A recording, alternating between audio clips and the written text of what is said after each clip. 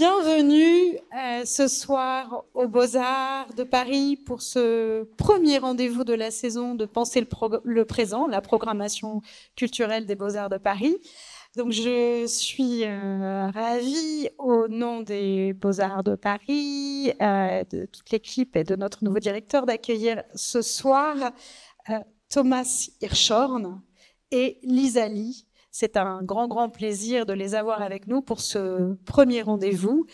Ne soyez pas surprises, je vais switcher. Lisa Lee nous fait l'amitié et l'honneur de venir des États-Unis ce soir. Donc la rencontre sera en anglais et bien sûr, s'il y a des questions qui arrivent en français, on traduira. Ne vous inquiétez pas, ne vous frustrez pas. Donc, c'est simplement pour donner le pouls. Donc, petit switch à l'interrupteur. So, what actually gathers us tonight is that book that Lisa Lee has just released at the MIT Press, and which is dedicated to Thomas Hirschhorn, From Graphic Design to Art. That would be the topic, of course, of the conversation tonight, mostly. But Lisa and Thomas have an ongoing conversation. For years, they've been chatting, or not chatting, but working together. Lisa has been perusing very accurately through Thomas' archives. And in this very book, she studies one specific entry in Thomas' work, a moment in a career. It's the years spanning from 1984 to 1994, the first decade of your work. And this work is well known, in the book, we also have unpublished documents that you could find in the archives, and the book is articulated around 3 sections.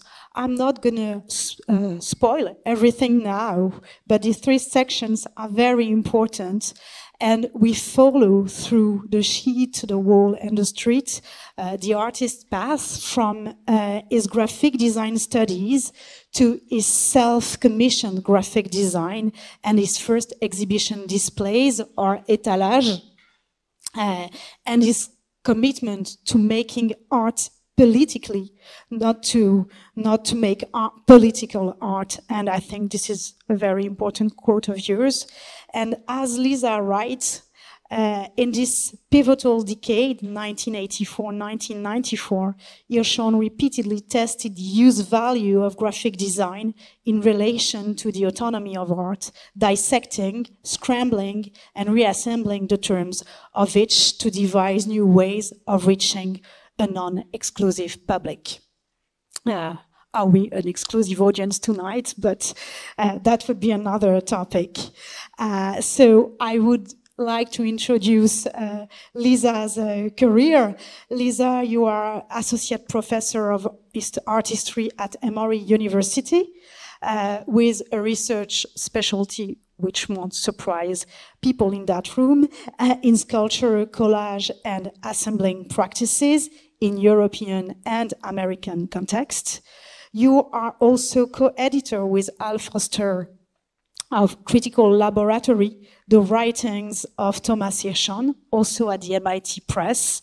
So when I was saying an ongoing conversation, a long conversation, that book is a real testimony of that. And also Thomas Hirschhorn's dedication to writings as part of his practice. You also authored a book on Isa Gensken. Your articles and texts were released in many exhibition catalogs from MoMA, Maxi, and so on. And you are currently researching a topic that is very interesting, I think, maybe for students to hear also tonight, the rhetorical uses of sculptural and architectural proportion, spurred by Joseph Beuys's provocation to raise the Berlin Wall by 5 centimeters. So Thomas Hirschhorn will come back also visiting the seminary Lantour at some point. And I think that's also a way to open other doors. Thomas, so thank you, Lisa, for being with us tonight. Thomas Hirschhorn, you studied at the Applied Art School in Zurich. I won't dare pronouncing it in German, so I use the French, the English term. I also wouldn't have stressed maybe that if that was not also the starting point, at least the chronological starting point of your research, Lisa. So you studied there from 1978 to 1983. Then you moved to Paris in 1983, where you're still living. Your work in France is represented by Chantal Crousel Gallery, and some of us may remember your first solo exhibition in 2004, Chalette Lost History, and its strong display as the gallery was wrapped and transformed into a chalet named Lost History. Lost History was the program of this project, history which has been robbed, which had been stolen, a topic fully accurate today, as we can guess. Your work, Thomas, has been shown worldwide, and I'm not going to detail all that in museums, but just to mention a few: Venice Biennale in 1999 and 2015, Documenta 11, more recently MoMA PS1, and I know some students saw your show recently, Laboratoire des Monuments Tombés at the Artothèque de Caen, also a very relevant city for the topic, last spring. You have dedicated works to philosophers, to writers, artists that you love in the form of large sculptural works, such as your altars, kiosk monuments, maps, and collage. In your work, continuities appear, your commitment to everyday material, the centrality of political and economic thinking, and your commitment to art in the public sphere. And this is on this last point that I will end this introduction.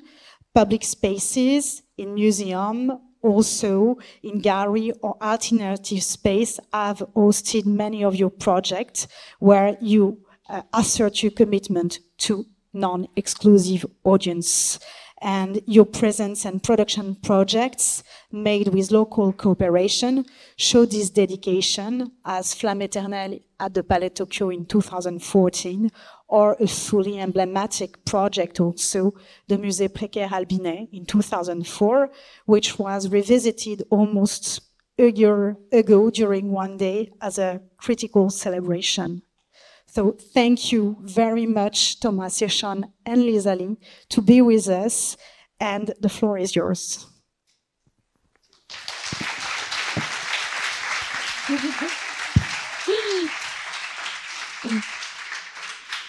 Thank you so much, Audrey, for that introduction, extensive and lovely. I want to thank Audrey as well as Eric Duchesset at the Beaux-Arts for hosting this talk. Also, to Miriam Boutry at the gallery, Chantal Crousel for helping us to organize, and of course, Thomas for being here and really occasioning my research with his really provocative work. Thomas, do you want to say anything before we begin? Or? Yeah, I also want to say hello and thank you. Thank you, Audrey, for inviting us. And also in my city, which I'm working since 42 years. It's my city, it's Paris, and I'm happy to be here this evening in the Beaux-Arts of Paris. So I was thinking about this event as a celebration. 3 times over, obviously, we're marking the commencement of your academic year here at the Beaux-Arts. We're also launching my book, about which Audrey already said much. And then we're celebrating the beginnings of Thomas's career, which is the subject of the book, but also the topic of our conversation today. And so I hope it's fitting and maybe not too indulgent to narrate another beginning, which is the beginning of my relationship with Thomas's work, which I first encountered in person as a graduate student at Princeton in the mid-2000s. And you see on the screen some of the first works I encountered, and there, Thomas then, as now, produces work in two primary modes, not exclusively, but it helps to think of his work in these two modes. The first is a kind of collage in space that tends to address the media public sphere and sometimes in confrontation with the history of art. So you see on the screen, on the left, views of Superficial Engagement of 2006, and on the right, Caveman Man of 2002, though I didn't see it until its reinstallation in 2008 at the Carnegie International. And you can see in these views his approach to the white gallery, the white cube, which he tends to overtake with a plethora of found images and texts, as well as a kind of sculptural idiom that he develops using really quotidian materials, everyday materials. So that's one mode, the collage in space. The second mode also was mentioned by Audrey, which is the presence and production interventions in public space. These are ephemeral, durational projects that constitute counter-monuments, so against the language of the traditional monolithic sculpture. On the screen is an image from the Bilmer Spinoza Festival, which I had the privilege of seeing in 2009. It was built in a green space in the outskirts of Paris in the Bilmemia. And that was for 8 weeks. Amsterdam, and that was 8 weeks long or so. And if you're interested in the elaboration and continuation of these modes, Thomas can talk a little bit more about upcoming projects that he has in the works. So, you know, as a student, I was looking at these works, I was reading the criticism and scholarship, and I found a kind of pronounced tendency in the criticism to analyze Thomas's approach to public space in terms of theory and in terms of philosophy. So these were ideas that had an explanatory function. So, you know, critics would turn to Bataille, Spinoza, Rancière, you know, a whole host of luminaries in the realm of philosophy and theory to understand the art. What I found, however, was that there was sometimes a lack of interest in the artwork itself, right? The theoretical apparatus was very interesting, but insofar as Thomas insisted that he was an artist, there was often very little engagement with the substance of art making. And so I was determined that when I came to define a project on Thomas's work, I would foreground the art, right?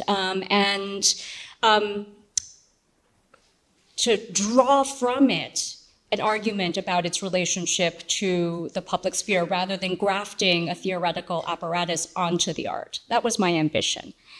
So really over the period of many years, I conducted studio visits. Thomas was very generous. His studio assistants were very kind.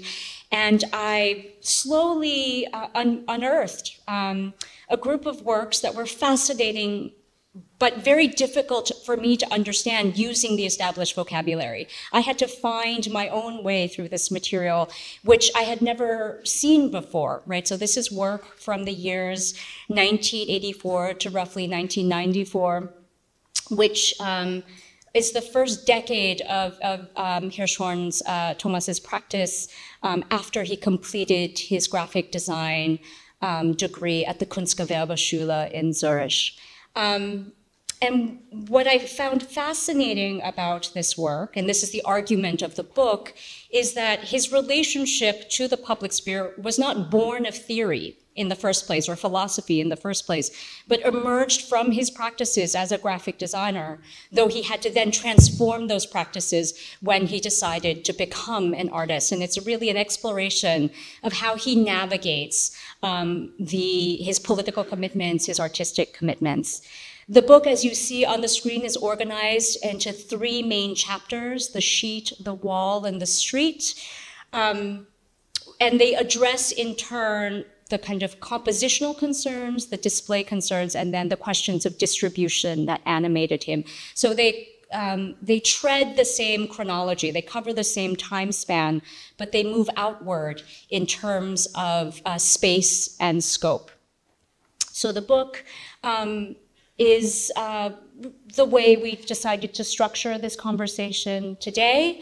And I'm hoping actually to engage Thomas, beginning now in sort of recounting for us his training at the Kunstgewerbeschule, his relationship to the field of graphic design, to Swiss graphic design, and how you thought of your political and your artistic ambitions at this moment. What is nice as artist is, of course, that somebody who knows about art history is taking serious your doubts, your struggle, your questions that I have at this time. And therefore, I'm very happy that Lisa, when she came to my studio, was focused on these early works, but took it seriously.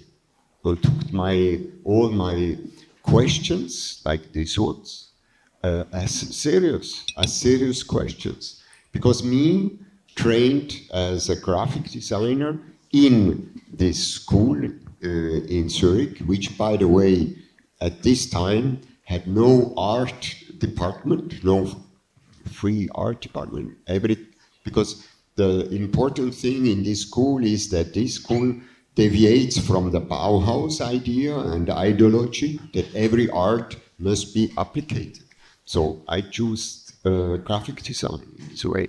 And there you can see some of my questions or affirmations about graphic, because this was my four-year studies I made in this school, and I'm very happy that Lisa took my way or my destiny, or how I wanted to continue to work.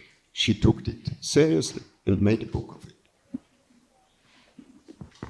I wonder, Thomas, if you would talk a little bit about how you were thinking about producing graphic design from yourself in this period. And I came to Paris in 1983. I came to Paris. Why? Because on the left side, you see, because Grappus, it was a communist designer collective, and they came once to my school in Zurich, and I was happy to see their productions, engaged, creative. It seemed to me a hope for graphic design. And the guy who presented was Alex Jordan, one of the members, the director members of Grappus. And I asked him after the presentation in Zurich, I asked him, can I work with you? He told me, yeah, just come to Paris. That's the reason why I came to Paris, because he told me, come to Paris, no problem, you can work with me, with us.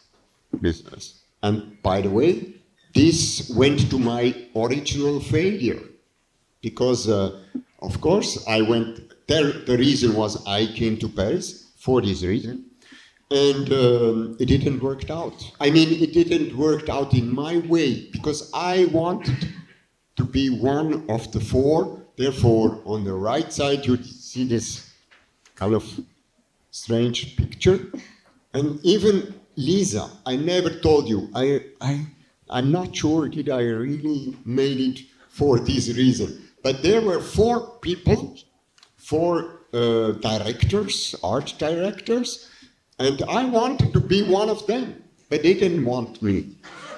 And that was my original failure. They wanted me as an executing graphic designer. But I was thinking, oh, I made my studies, I don't need to make execution of them. I want to be one of, have kind of ideas and be creative.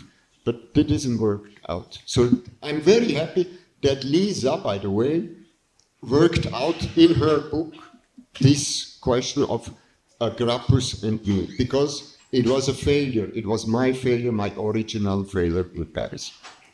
It was maybe the failure, but also the beginning, right? The beginning of your work that you were trying to formulate in your own terms, right? So if you would talk a little bit about how you thought about graphic design, commissions, whether you can produce graphic design not for a client, but for yourself?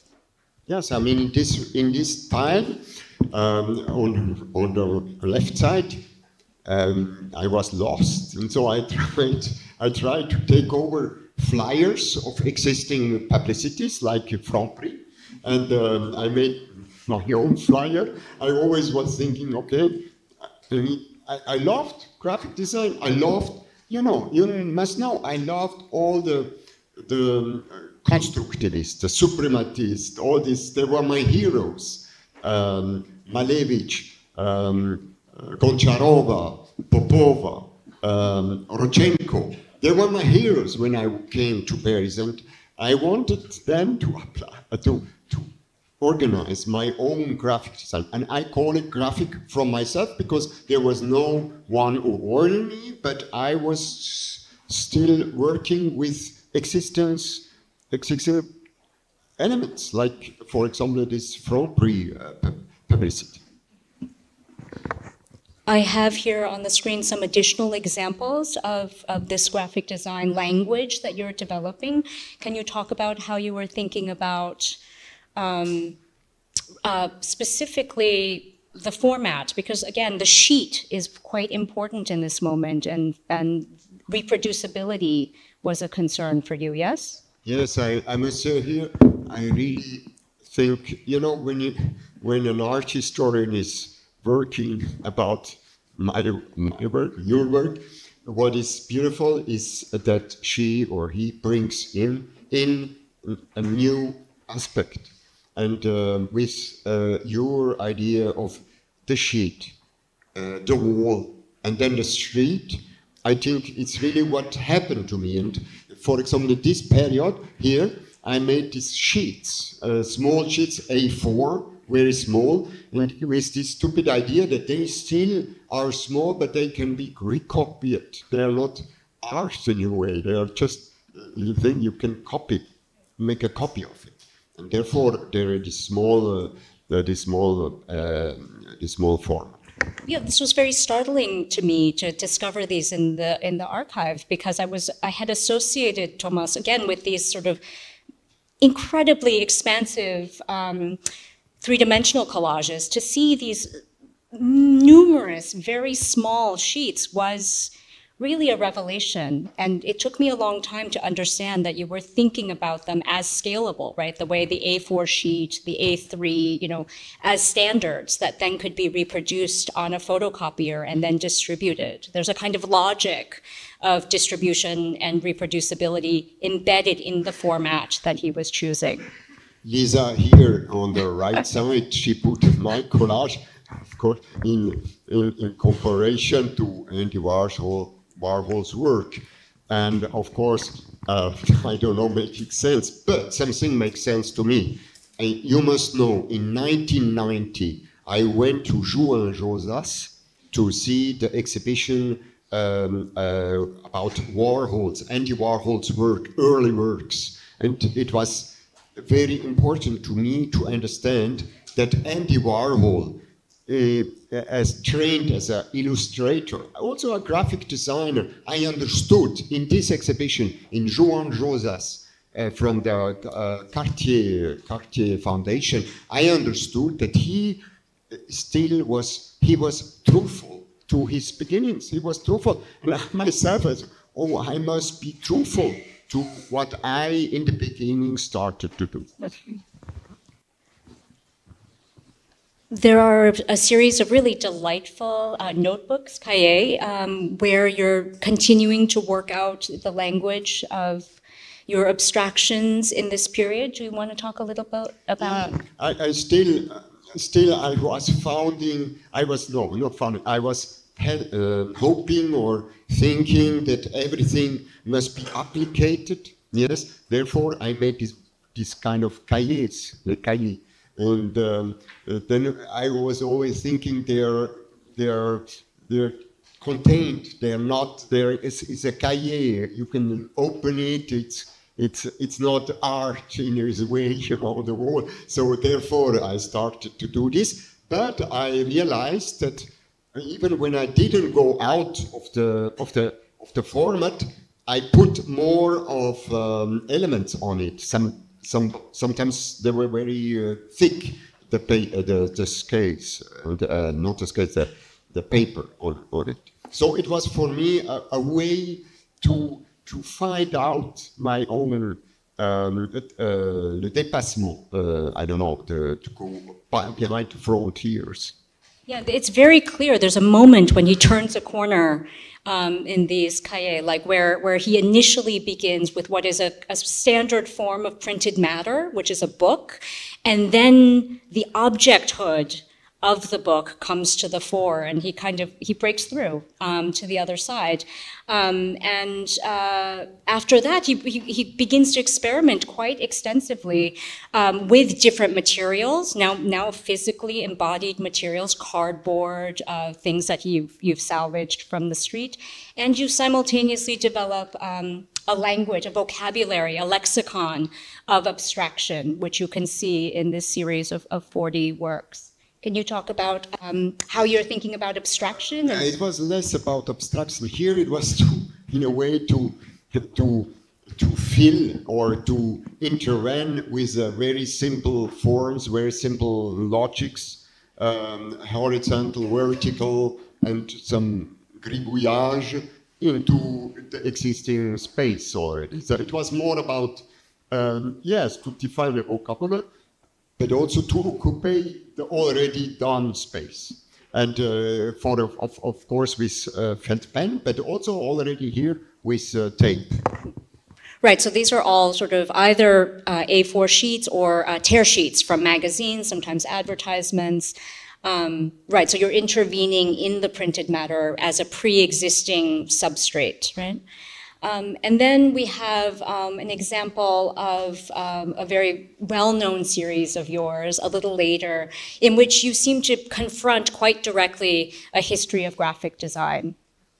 Yeah, it's called Les Plaintifs, Les Bêtes, Les Politiques. It's a series of little cardboard. I was inspired by people on the street who made this cardboard and say, I need money, but then they put a kind of flower there. So I also was thinking, okay, I want to communicate something very, very easily, stupidly. It's called Les Plaintifs, Les Bêtes in sense of stupid, the silly one, and the political one. And therefore, this series of little collages or cardboard. And so that sort of wraps up the first chapter where I try to trace the kind of development of his vocabulary, Thomas's initial struggles to produce graphic design, and then fine-tunes his relationship to materials and settles accounts. Like in an interview with Benjamin Buchloh, you talk about this series as a settling of accounts with his own training as graphic design. And then we move to the question of the wall. So once you've figured out the compositional, you have to figure out how to show your work, right? So I wonder, Thomas, if you might talk about how you tackled the wall. What were your strategies? Yeah, this picture, and I'm addressed to you, young artists or becoming artists. This is another failure because I made in these years, I participated on called the federal, I'm Swiss, so the Swiss federal, they give every year grants to artists, young artists, and you are invited to have a wall, to do some work on the wall. And by the way, this picture is not really the the reality, because my wall, I came to, it was in Basel, so you go there, you exhibit your work, and then the jury is coming and saying, okay, you have a grant or you have not a grant. Quite important because there is some money. So, but I didn't get a grant. But I, in this picture is not really how it was, because my wall, I was unfortunate, I was not lucky, because my wall was like this, in an angle, in a 90-degree angle, okay? And, okay, the picture, don't show it. And I decided not to show one picture after another, or I mean one work after another one. I decided to put them together in a metaphor, a triangle. And it completely fucked up. It was not good in a way. It was not convincing as a film. But I must say, it helped me a lot. I tell it to you, it helped me a lot, because I understood that I made no strategical error here. I made a tactical error, of course, because after this, I was asking one of the jury members why they didn't give me the grant, and he told me, yeah, but you had to isolate the works, the one work and another one. But I didn't want it, and I, you know, and then I accepted and I understood that my error is only a tactical error. It's not a strategical error.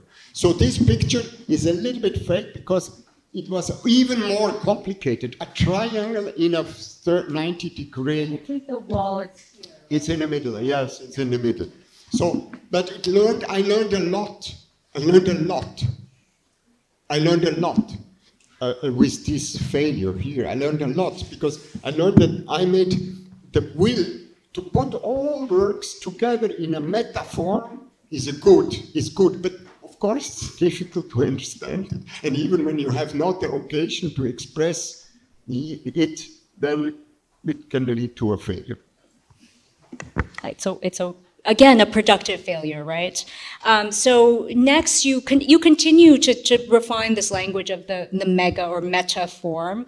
In a series of wall displays. If you could talk, I was really fascinated by the logic of these forms. If you can talk a little bit more. So this is a picture of a Hôpital Éphémère. Hôpital Éphémère was a space I was for 1 year in the early 90s. And on the wall of my studio there, I tried to find a form again, metaphor, and here in the middle, my idea was that all works are the same in a way. They're big, small, and they can go directed in the same direction or in another direction. So there is one work in the middle, you see in the middle, who works in two directions, in this one and in this one, yes.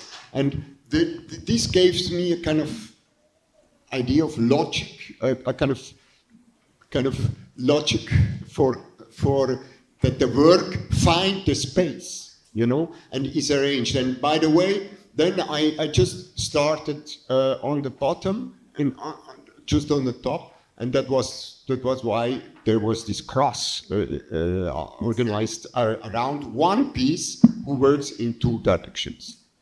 So there are a set number of elements to these works, and they can be oriented in any direction, and they can be reorganized. So in each installation, or each hanging, or each display, you can reorient them to fit the size, so they can expand or contract. In this way, it's a little more flexible than the triangle, which was kind of beholden to that site in a way that was detrimental.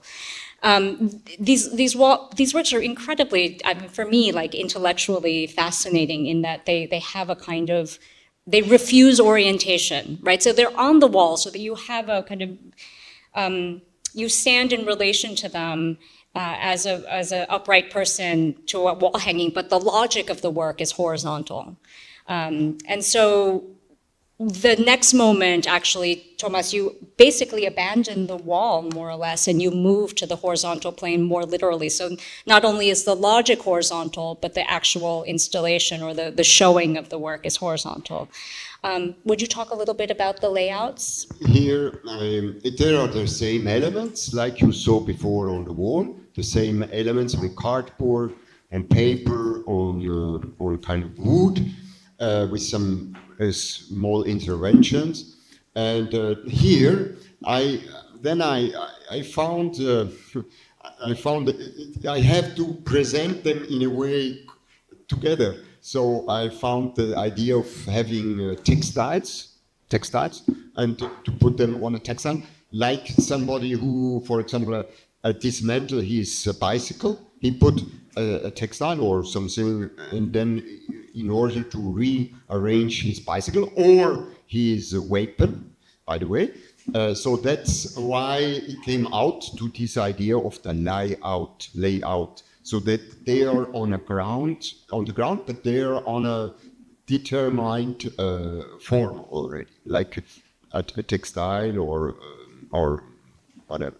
But the layout is also a reference to graphic design layout, yes, right? It's true. Yeah. The layout I know from graphic design because it means to lay out a page or whatever to make it visible before the real text. And a different, the kind of materialization of the surface, from a kind of neutral wall or the neutral ground into an actual object or textile is sort of exaggerated in this work, which is the Automarkt-Ausstellung. Can you talk a little bit? So this is where we're moving from the display of the work into public space, right? It's a kind of ad hoc, provisional kind of exhibition. Yeah, this is, by the way, my Swiss fellow Hans-Ulrich Obrist did invite me to come to Civitello d'Aliano in 1994, and it was very nice. It was like a residency, an artist residency.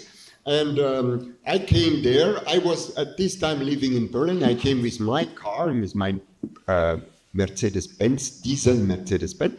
And I saw that people are from the east part of Germany. They present things on the cars in a kind of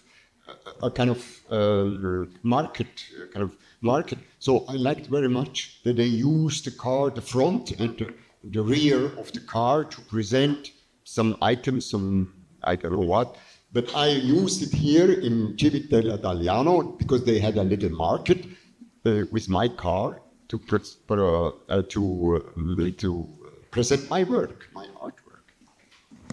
If you don't know, Thomas is a wonderful student of vernacular forms, the kind of solutions to problems that everyday people have, so whether it's the sale or distribution of their used, housewares or, just really inventive, resourceful solutions to everyday problems. And Thomas often appropriates them and deploys them as a vocabulary for art making. And this is a very clear instance where he's sort of straddling the line between art display and the display of everyday items.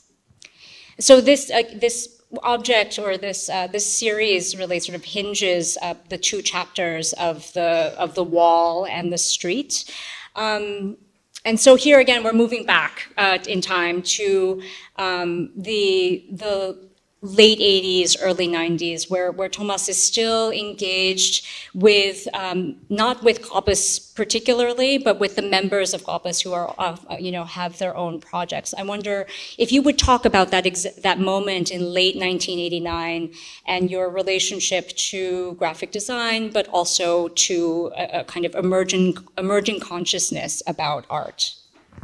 By the way, one thing I love in the book of Lisa is that it's not chronological. Of course, it's development, but it's not chronology. It's also going back, going forward, and here we're going back in a way. And this was, I kept a good relationship with Grapus, with this group of 4 people. They didn't want me as an art director or whatever. So, but they were interested in my creativity or whatever, I don't know. But they invited me always to participate in some research they did, and this one is one. There is like a little post, little letter for the letter. So, and I did one conscience and conscience et bonne conscience. The difference between conscience and non-conscience, because sometimes I felt these graphic designers, they're working with bonne conscience, with good conscience, you know. And perhaps you can show the next picture. But I had a revelation once when I attend a group kind of event in the Centre Pompidou about graphic design and cause humanitaire, or I don't know how to tell it, this public causes, public things, graphic design and public causes. And I went there, and there was a discussion, but it was really very physical, but in the first floor, at this time, there was an exhibition about Hans Hacke. And I was there at the same time, and I saw this work, which was so engaged, which was so worked out. And there was the real conscience about what happened today. And I was like, it was a very important moment, like the moment in the Joël Josas Museum, the moment in the Centre Pompidou when I saw this kind of where I participating, I mean, as a spectator in this colloque about art and public causes and the work of Hans Hacke. And I told myself, that's it, that's the work, that's how it has been done, that's the fair, that's a real important, you know, and that was a really very important moment for me. And you continue to sort of think about how to, you know, produce work that is not of a clear conscience or a good conscience, right? That is in a more complicated way an expression of your political commitment. So we're showing you some installation views of earlier, of the kind of abstract pictorial vocabulary he's developing with these blacked out horizontal lines, because he parlays them into a pamphlet in 1990, Special Antel Lepin. Would you talk about this remarkable work? Yes, I mean, there was, you know, in graphic design, we have to, if we do, we want to do a text or whatever, we do blind text, very simple, black lines to simulate where there will be the text. And of course, I developed this as a blind text, or also from graphic design, but then also just as lines. And then in this time, I wanted to do something very concrete, and it was the Special Antel Lepin I did in 1990. By the way, it was founded by, co-founded by Catherine Desmet. You are here, Catherine? No. So Catherine Desmet, who is citated, she's French, and this is citated in the book of Lisa Lee, because she also worked about this kind of problematic between art and graphic design. And this is a book printed out to be concrete, to be a real something who had an effect. I wanted to point out, you know, on the completely right, the second picture here, because the graphic designer who did the book, they did just took this. It's just, I think, a nice idea. They took out the picture here and the picture here, and therefore it is the picture here on the second row on the right, extreme right. So yeah, this was a try to be still efficient, to make contribution and to to have a real printed matter, and it was printed, I think, 500 exemplars. That's how it was. Did you distribute these? Can you talk a little bit about? I don't know really now about the distribution. I mean, I distributed to my friends, like I do always, but I think Catherine and also Dominique, they distributed it. I actually know the answer better than Thomas does, because in his archive there are letters. You sent it to politicians, to public officers, and some of them wrote back replies in thanks. Okay, so distribution. This was a real source of fascination for me, that there's the concrete distribution network of something like printed matter, right, where you can sell them or you can mail them. But there's a shift in the 90s where Thomas begins to distribute his work in a very literal, quite intelligent, but sometimes a little stupid way. I mean, like they're just kind of incredibly literal. I guess that's the best way to describe it. If you would talk about how you're thinking about the movement of your work in this particular. So these two pictures are from the same action. I was living close to Belleville, and it's called Jemand kümmert sich meine Arbeit, because I was thinking then that nobody cares about my work. So what I did, I just put my work outside of my home downstairs. I put it there. Not bad works, not just works of mine, but I was thinking if there was be a Picasso, perhaps somebody came by and said, "Oh, nice, I take it with me." But only one man, he came. It's really cool. This man, he came, he took it away, 2 of my works, and I asked him, "Why you take it?" And he told me, "I will do furniture for my television." And then, of course, the other persons in the green, they took it away. They took it like garbage, and they threw it away. But I still was thinking, they take care on my work.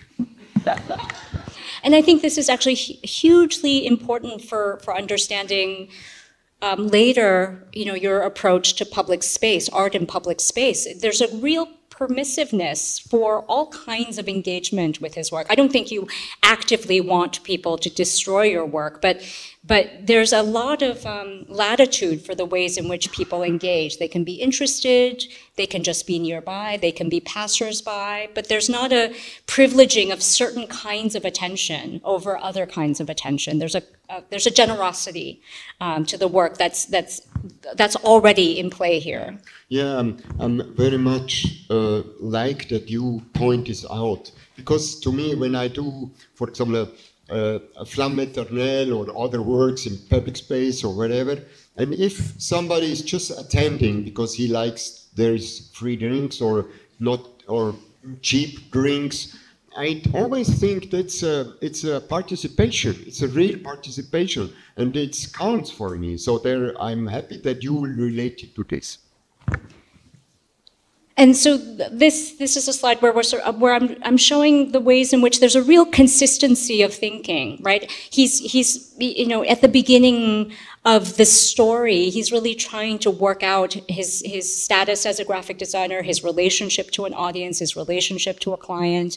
And by the end of the story, he's become an artist, right? But he similarly needs to negotiate his relationship with the institutions of art as well as the audience for art. And what you see in these diagrams is a continuous and persistent desire to engage the audience directly. Whether the audience is the public of graphic design or the art, the non-exclusive public of art. I close the book with a coda which falls outside of the very tight time frame of the chapters, which is again that decade of 84 to 94, in part to signal Thomas's continued commitment to production and distribution of information, of printed matter, of ideas, not only his own, but that of others. These are photographs from the Gramsci Monument in 2013. Will you talk about some of the really extensive programs that are associated with your presence in production works? Yeah, I mean, first of all, I'm really happy that you present this and have it in the book, because I understood that you, as an art historian, I didn't know this coda, what means coda, but that you worked this out on this desire to distribute or to try to fix a point where things happened now and here and now, which happened, by the way, in the Bronx there. So I'm happy that you point this out. And of course, that was not my initial intention, but that the outcome is like this, or the aesthetic of it like this. I'm very happy that you point this out in your book, because this is, I think, an art historian can do and can add to the whole discourse or whatever about the work. So, of course, in this work, it was about to be on one spot and to try to be very local there in the Bronx, in Forest Houses, in New York City, and to try to, from this moment and from this point out, to celebrate Antonio Gramsci, who I love, and also the people who live there, and with their preoccupation, with their questions, and with their input. So, of course, the newspaper, which we daily produced, and you could see here on the left side, could be seen and consulted, and also the radio station, where it was a low-power radio station, very low power, only 1.5 mile around the space you could send it, but it was points of people where people could express and where people could take their own authority about what they have to say. So I close, before opening on to conversation, I close with the Gramsci Monument map, which Thomas produced as part of trying to sort of rally support for the Gramsci Monument and then continue to elaborate as the project developed. And here you can see really the expansiveness of his attempt to reach an audience. Can you talk about the kind of how you think about the map and how it functions in your engagement with the potential audience for these works? Yeah, I mean, it's more about, it's really, I'm happy that you point this out, because to me, it's more efficiency about, have a plan. You have a plan, I have a plan. So show me your plan. And I had a plan, and it works. You can show it to everybody. You can show it to trustees. You can show it to a resident. You can show it to a curator, whatever. You have a plan, and it helped me. So it helped my training also as a graphic designer. Helped me not be afraid to make a plan and to fix things and to try to put them together and make lines between all the things. Why I like so much a plan? Because everything is just on the plan. Everything needs to be there, everything. But perhaps it's not on the right corner or on the right place, because it's very complicated to make a two-dimensional plan. But everything is true in plan. And therefore, and even, for example, when you're lost in a city, somebody makes a plan for you to find out the way, or you can find it. There are different plans to go out or to go in. And therefore, to me, make a plan, show it on a plan, is in a way a commitment to the person you interrogate or you ask or you want to inform. But in another way, it's also for myself a point to fix things who are important. Thank you all.